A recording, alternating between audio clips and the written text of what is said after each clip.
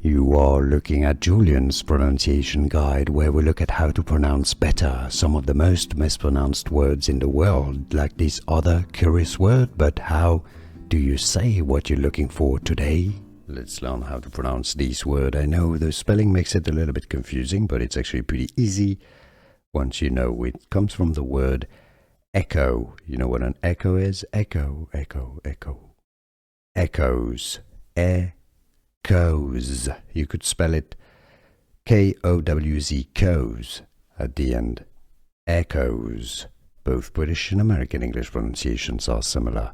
Echoes. And now you know. Here are more videos on how to pronounce more confusing words and names too many mispronounced. Like this video if you found it useful. I appreciate your support. I'll see you soon and thanks for watching.